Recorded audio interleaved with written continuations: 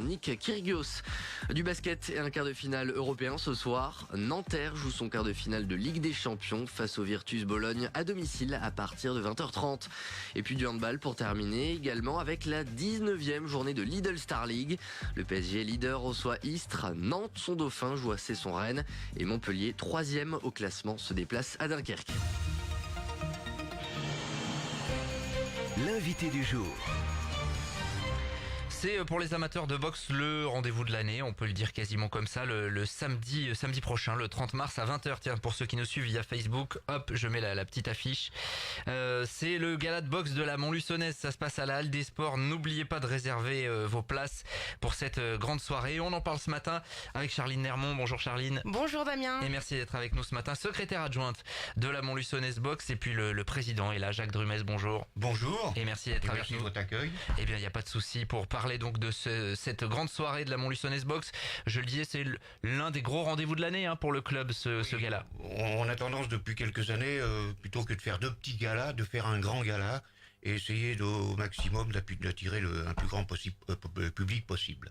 Bien sûr. On en parlait dimanche dans le Café des Sports, mais il y a un public boxe à Montluçon, clairement. Oui, tout à fait. Je dirais même qu'il y a des passionnés de la boxe et que le public est très motivé et assise dans des conditions très importantes par sa présence et témoigne de sa présence lors des galas. Comment ça s'explique cela? C'est qu'il y a un historique de la boxe à Montluçon finalement un petit peu? Oui, alors d'abord il faut savoir que la Montluçonnaise c'est une institution puisque on va fêter bientôt, dans 2 ans, à peine même, dans 1 an et demi, le centenaire de la Montluçonnaise puisque la Montluçonnaise Boxe a été créée en 1921. Donc 2021, écoutez, c'est demain, presque. Voilà, donc ça sera un grand événement pour la boxe, et je crois que les anciens peuvent en parler dans de meilleures conditions. Moi encore, c'est que il y a quand même beaucoup de noms connus et des anciens qui malheureusement la plupart ne sont plus parmi nous et que nous regrettons beaucoup et qui ont marqué par leur présence, les Mickey Laurent, etc. Et j'en passe et des bons. Donc effectivement, et des boxeurs qui ont été champions de France et tout, et qui ont donné de leur sueur dans les anciens locaux de la Montluçonnaise, qui était quai Louis Blanc à l'époque, que j'ai connu moi d'ailleurs, quand j'étais jeune aussi, puisque je l'ai fréquenté un petit peu pour voir de la boxe et du catch à l'époque il y avait aussi. D'accord. 98 ans, donc vous êtes sans doute une des plus anciennes associations sportives de la ville, je sais Probablement, pas. oui. Probablement, oui. Pour le Absolument. centenaire, vous nous préparez quelque chose d'énorme. Écoutez, on va essayer on en parle déjà, oui, ça serait bien de constituer une bibliothèque, de faire quelque chose d'important et aux yeux du public montluçonnais qui, comme on le disait tout à l'heure, est quand même assez passionné de cette discipline. Vous êtes en recherche d'archives, de choses comme ça peut-être? Oui, on en a malheureusement, on avait des anciens qui avaient aussi la mémoire du club, si on peut le dire, et notamment je voudrais faire encore un honneur encore et une référence au dernier qui nous a quittés il y a quelque temps, c'est Roger Ribière, et qui est pas Roger Ribière, il y avait Roger Manoury qui a laissé le club, lui qui est parti en retraite, et qui est de la Montluçonnaise Boxe, et il y a eu aussi Jean Ribière, qui était vraiment la bibliothèque du club. Ouais. Mais il nous a laissé, et on peut le remercier encore, une bibliothèque importante. Alors club dynamique, Charline, notamment, on sent qu'il y a vraiment une dynamique, et notamment autour de cette salle. Alors on en parlait hors antenne, inaugurée en 2012, vous avez votre propre salle. Et ça fait, ça change la donne aussi. Ça a changé beaucoup de choses parce que déjà en termes de volume horaire d'entraînement, ça n'a plus rien à voir. On avait 2-3 entraînements par semaine. Aujourd'hui, la salle est ouverte tous les jours, du lundi au vendredi. On a pu développer de nouvelles activités autour du fitness, en ciblant plutôt un public féminin. On appelle ça training box et puis aérobox. Donc c'est des mouvements de boxe mais sans contact. Ouais, il y a pas de contact. Voilà, c'est plus du fitness, cardio, tout ça, et ça plaît beaucoup. C'est quelque chose qui cartonne chez nous dans notre club. Voilà, les petits aussi, à l'époque on pouvait pas faire beaucoup plus que ce qu'on faisait, c'est-à-dire qu'on avait un entraînement. Là, il y a toute une après-midi consacrée aux plus petits, parce qu'on peut se le permettre, parce qu'on a notre propre salle et on peut faire durer les choses. Et preuve en est, on a une cinquantaine de petits boxeurs éducatifs. Ah oui, entre 50 et 60. À partir de quel âge du coup là? 7-8 ans, 7 ans en moyenne, Ouais. oui, jusqu'à la boxe éducative jusqu'à 12-13 ans.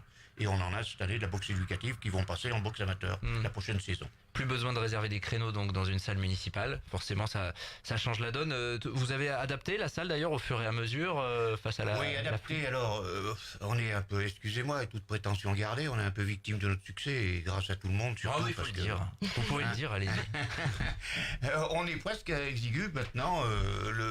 Comme le disait Charline à l'instant, le mercredi, aujourd'hui, il va y avoir plus de 60 jeunes dans la salle. Donc voilà. Alors adapté, non, la salle a été créée donc en 2012 avec un agencement à l'époque.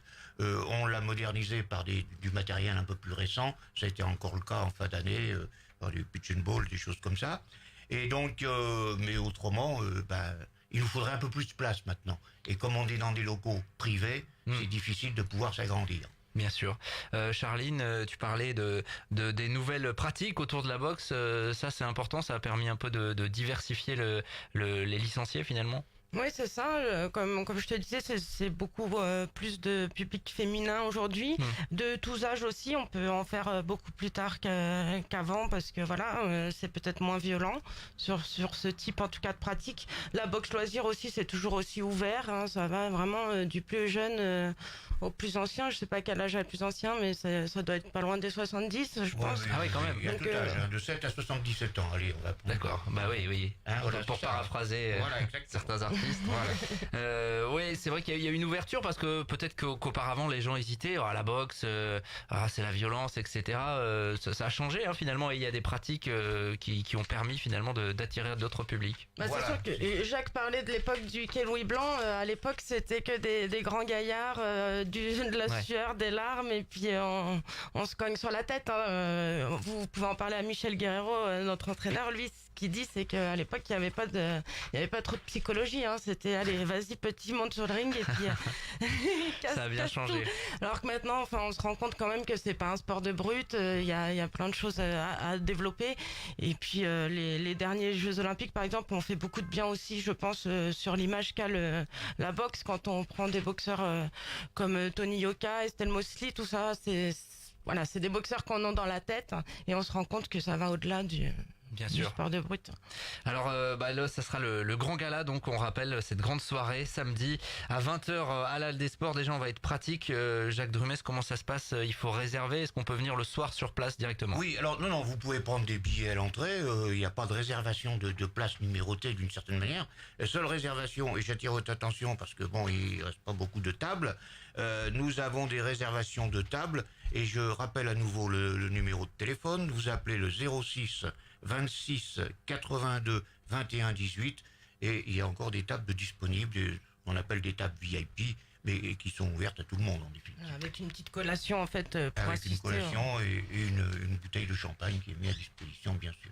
D'accord. Et cette année il y aura une particularité parce que, on va le dire aussi, le monde du macaron est partenaire du club et mettra une présentation de macaron sur chaque table VIP. D'accord. Bon, c'est compatible le macaron et la boxe? Pas pour ceux, faut faire attention. Pour ceux qui sont à la pesée, à la limite, il faut faire attention. Après la pesée. Non, là, c'est évidemment pour les partenaires et c'est important de les citer également. C'est 15 € le tarif en pied de ring et 10 € en gradin avec à l'affiche notamment les combattants de la Montluçonnaise qui seront présents. Ça c'est important. On en parlait également dimanche dans le Café des Sports, mais ils boxent à la maison, ça c'est génial quoi. Ah oui, et puis le gala pour tous les boxeurs de la Montluçonnaise, c'est quelque chose d'important. Et j'en parlais encore hier avec un jeune qui est de chez nous qui va boxer samedi. Ils sont très très très motivés. D'abord c'est important pour eux, leur famille, leurs proches sont là et donc ils ont cette volonté de se battre d'une certaine manière et de vouloir gagner. Ça c'est très important. Et puis des combats entre guillemets un peu officiels comme ça, c'est ça, avec des combats amateurs. Normalement 3 sont prévus au programme, 3 comme pro. On a toujours des petits soucis au dernier moment. Et encore une fois de plus, je vais remercier notre coach principal aussi, entraîneur Michel Guerrero, qui se consacrent à fond là-dessus pour trouver jusqu'au dernier jour. C'est pas toujours très facile. Et justement, j'en profite aussi pour remercier une fois de plus tous les entraîneurs de la Montluçonnaise, parce que je rappelle que ce sont des bénévoles et qui font un travail énorme. 3 combats pro, donc avec notamment un quart de finale du Critérium national professionnel.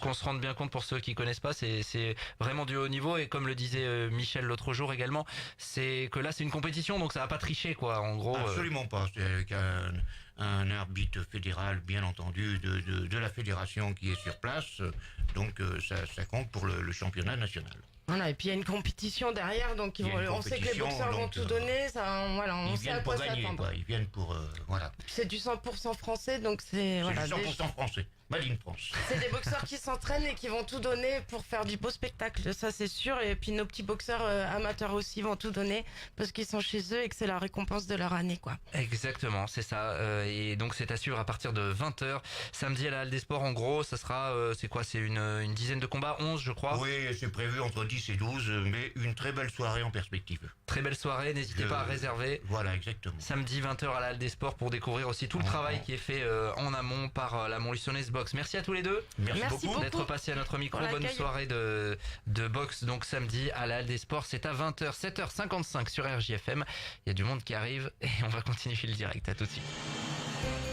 L'invité du jour.